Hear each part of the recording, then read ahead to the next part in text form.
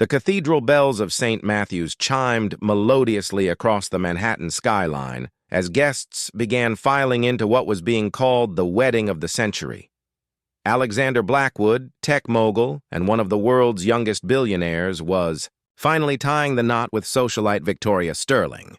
The Gothic revival architecture provided a dramatic backdrop for an event that had taken 2 years to plan and cost more than most people's homes. Alexander adjusted his platinum cufflinks for the 100th time, his hands betraying a nervousness that his composed exterior refused to show. At 34, he had built an empire from nothing, transforming a small software startup into a global technology conglomerate worth billions.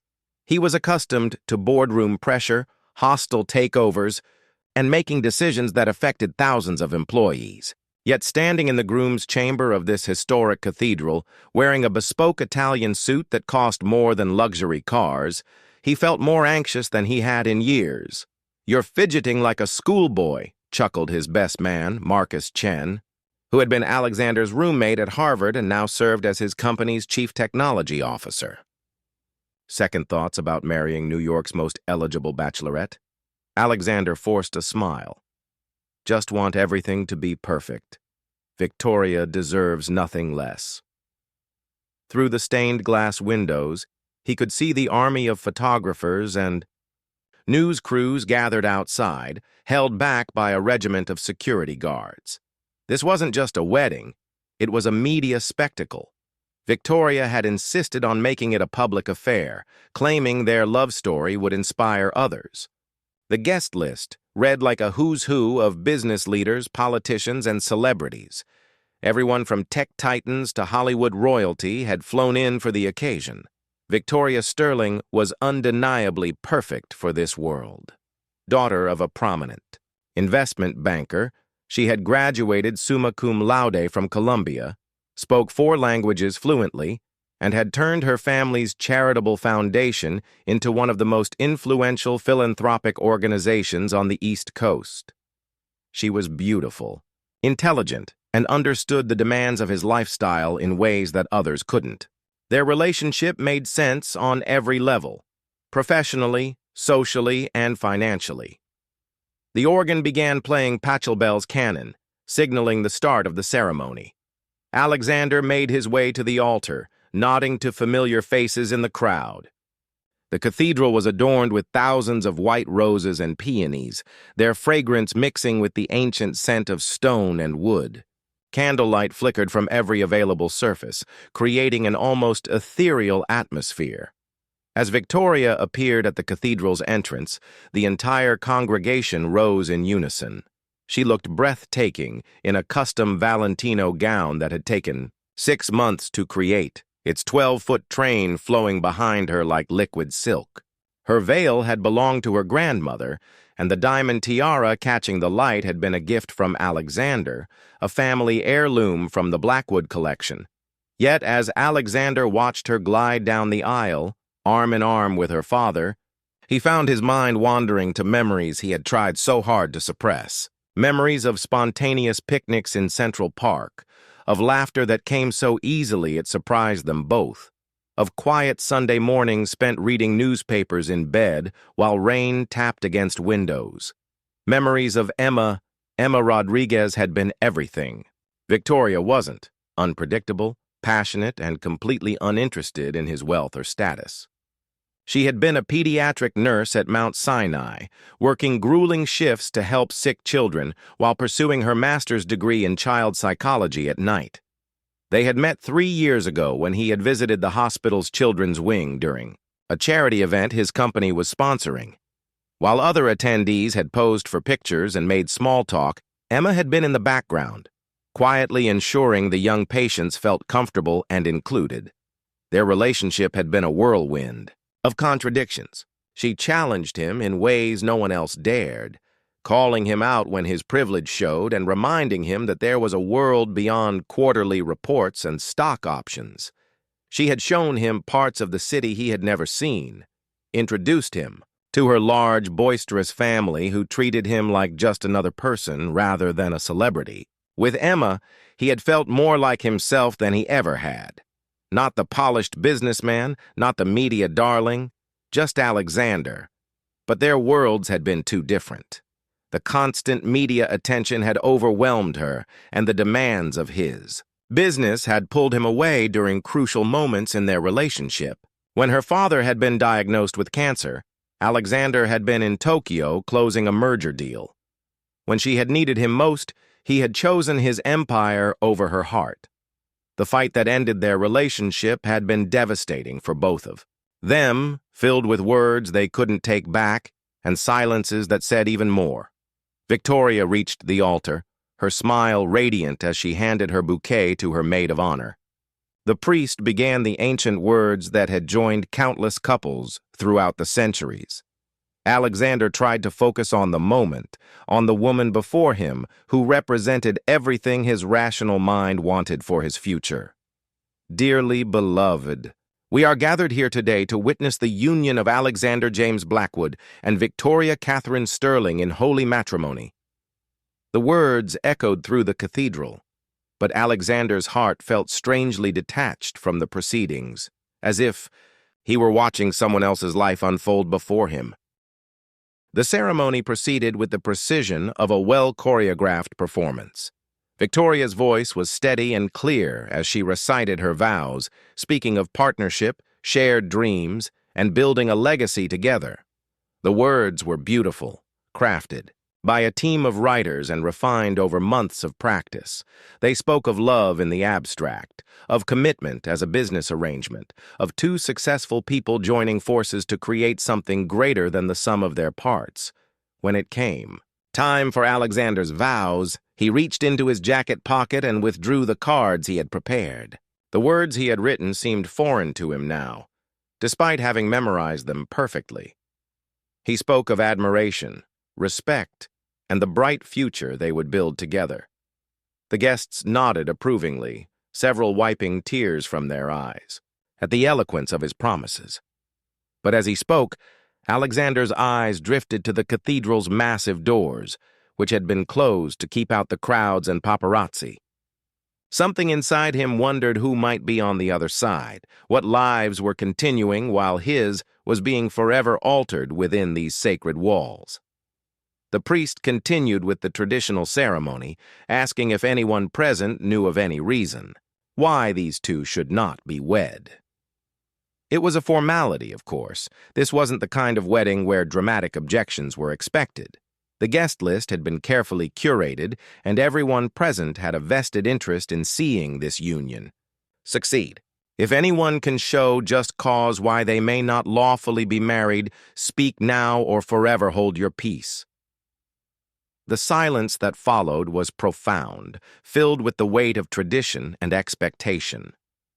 Alexander felt his chest tighten slightly, though he couldn't explain why. Victoria squeezed his hands gently, her smile encouraging him through what should have been a routine moment. Then, as the priest prepared to continue, the cathedral's heavy wooden doors creaked open. A small figure appeared in the entrance. A child, no more than 7 years old, with dark curly hair and wearing a simple blue dress. She stood silhouetted against the bright afternoon light, clutching something in her small hands. The congregation began to murmur as heads turned toward the unexpected interruption. Security guards immediately moved toward the entrance, but the little girl was already walking down the aisle with the determined stride of someone on an important mission. Her footsteps echoed against the stone floors, each sound seeming unnaturally loud in the hushed cathedral.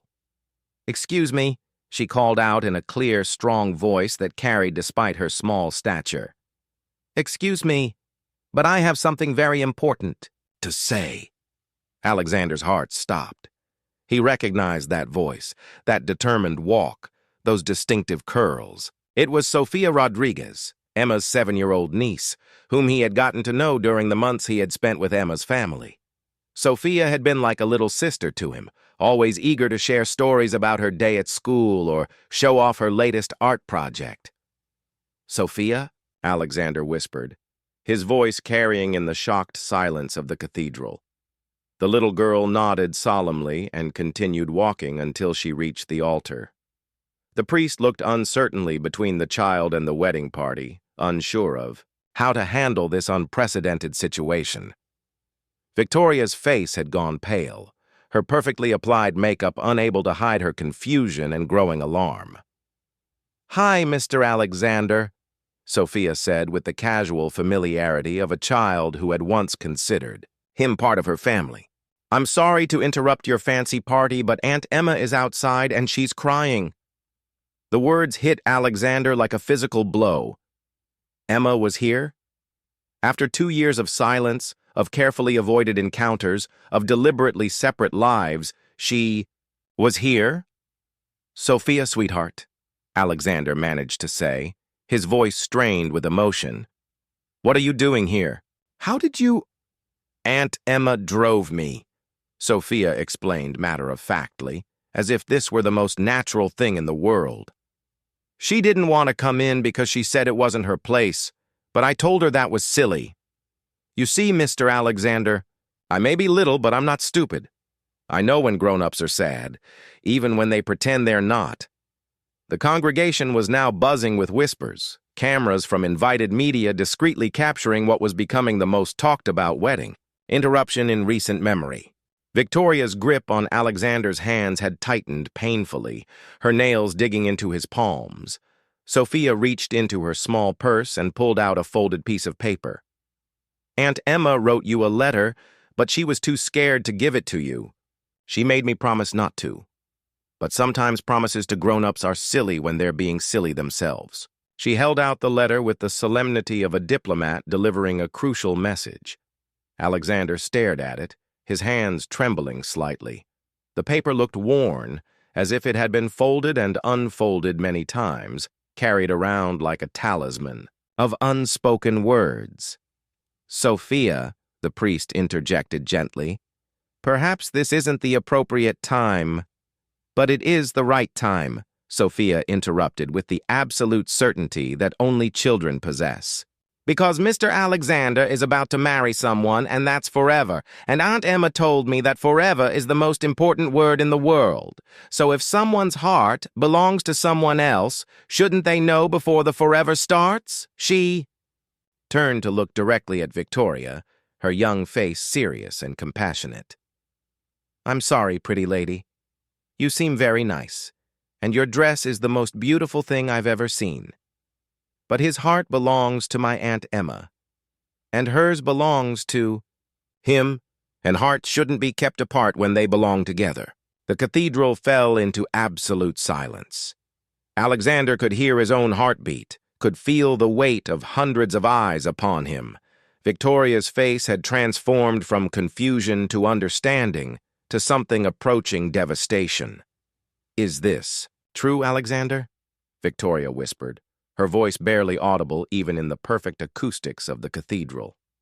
Alexander looked at the letter in Sophia's outstretched hand, then at Victoria's face, then at the sea of expectant faces surrounding them. 2 years of carefully constructed new beginnings, of rational choices and appropriate matches, hung in the balance. Alexander began, but the words wouldn't come. How could he explain that he had convinced himself that love and logic were the same thing, that he had believed compatibility and passion were interchangeable, that he had spent 2 years trying to forget the woman who had made him feel most alive? Sophia stepped closer and pressed the letter into his palm. She never stopped loving you, Mr. Alexander. Even when she was mad at you, even when she wouldn't say your name for months, even when she moved away to try to forget. Hearts don't forget. They just wait. Alexander's fingers trembled as he unfolded the letter, the paper soft with age and handling. The cathedral remained in suspended animation, hundreds of guests witnessing what was either the most romantic moment of the decade or the most spectacular social disaster in recent memory. Victoria stood frozen beside him, her wedding dress suddenly feeling like a costume for a play she no longer wanted to be in. The letter was written in Emma's familiar handwriting, the same careful script he remembered. from grocery lists left on his kitchen counter and birthday cards that had made him smile for days. My dearest Alexander, I've started this letter 1,000 times over the past 2 years, and I've torn up every version. What do you say to someone who once meant everything to you? How do you apologize for being too proud to fight for something that mattered more than breathing? I know today is your wedding day. I know I have no right to interfere, no claim on your happiness, no business inserting myself into a life you've built without me. Victoria seems wonderful. I've seen the articles, the photos of you two at charity galas and business events. She's everything I could never be for you. Sophisticated, connected, comfortable in your world in ways I never was. But Sophia asked me today why I cry sometimes when I see your picture on magazine covers. Children see through our pretenses, don't they? She asked me if hearts could break from missing someone, and I realized I couldn't lie to her the way I've been lying to myself. I never stopped loving you, Alexander.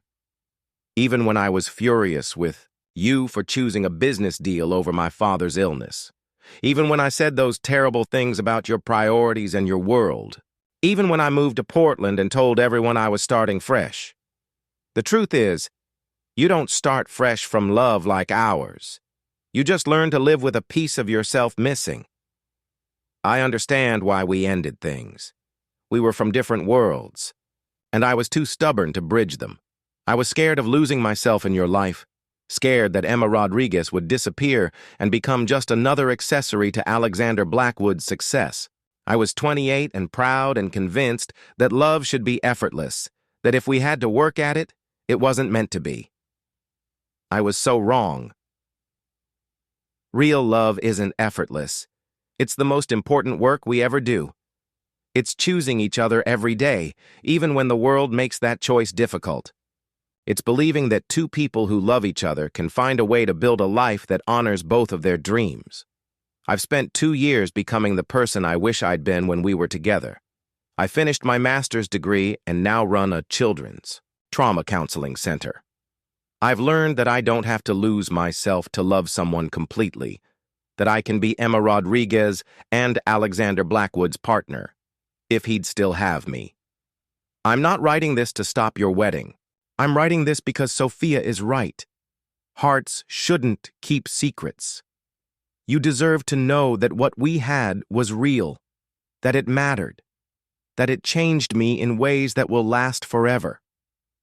You deserve to know that if you ever find yourself wondering, what if? The answer is that I'll be here, loving you, for as long as I draw breath. Be happy, Alexander. Whether that's with Victoria or someone else or just with the amazing life you've built, be happy. You deserve all the love in the world, forever yours, even if I can't be yours, Emma P.S. Sophia insisted I add this part. She says to tell you that love isn't about fancy dresses and big parties, though she admits your church is really, really pretty. Love is about the way people look at each other when they think no one is watching. She says you used to look at me like I was made of stars and I looked at you like you hung the moon. That's the kind of love that makes forever make sense, she says. Out of the mouths of babes. Alexander's vision blurred as he finished reading. The letter shook in his hands, and he became aware that tears were streaming down his face. In all, the years of business negotiations, media interviews, and public appearances, he had never cried in public. But Emma's words had stripped away every defense he had built over the past 2 years. Alexander, Victoria whispered, her voice thick with unshed tears. Look at me. He raised his eyes to meet hers, and what he saw there wasn't anger or betrayal, but a kind of sad understanding. Victoria Sterling was many things, ambitious, intelligent, beautiful, but she wasn't naive. She had seen the truth written on his face as clearly as if he had spoken it aloud. She's right, isn't she? Victoria asked quietly. About your heart belonging to her? Alexander opened his mouth to speak, but no words came. How could he tell? This remarkable woman, who had done nothing wrong except love him in the way she knew how, that his heart had never truly been available. How could he explain that he had convinced himself that respect and compatibility could substitute for the kind of love that made you feel like you were flying? Sophia stepped forward again, her young voice carrying clearly through the cathedral. "Mr. Alexander, Aunt Emma is sitting on the steps outside. She didn't want to come in because she said disrupting someone's wedding would be wrong, even though her heart is breaking. But I think hearts breaking is more wrong than interrupting parties, don't you?" Victoria took a shuddering breath and slowly removed her engagement ring, a flawless 10-carat diamond that had graced the cover of Vogue.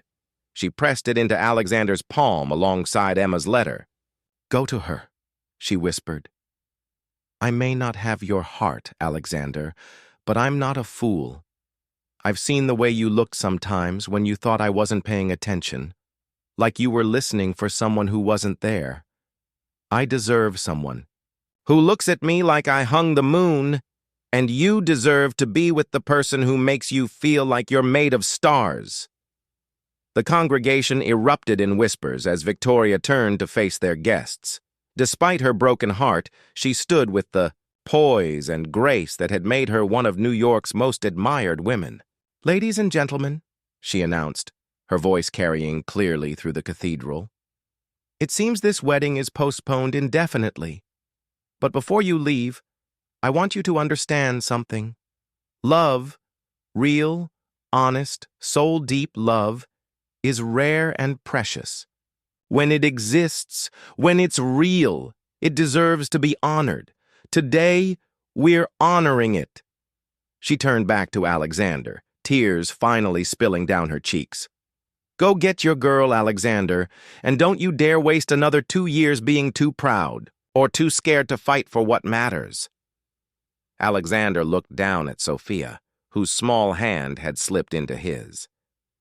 "Is she really outside?" "She's on the steps crying and trying to pretend she's not," Sophia confirmed. "She wore her blue dress, the one you said made her eyes look like the ocean. She said if she was going to watch you marry someone else, she wanted to wear something that reminded her of when you were happy together." Without another word, Alexander began walking toward the cathedral doors, still in his wedding tuxedo, clutching Emma's letter in one hand and Sophia's small fingers in the other.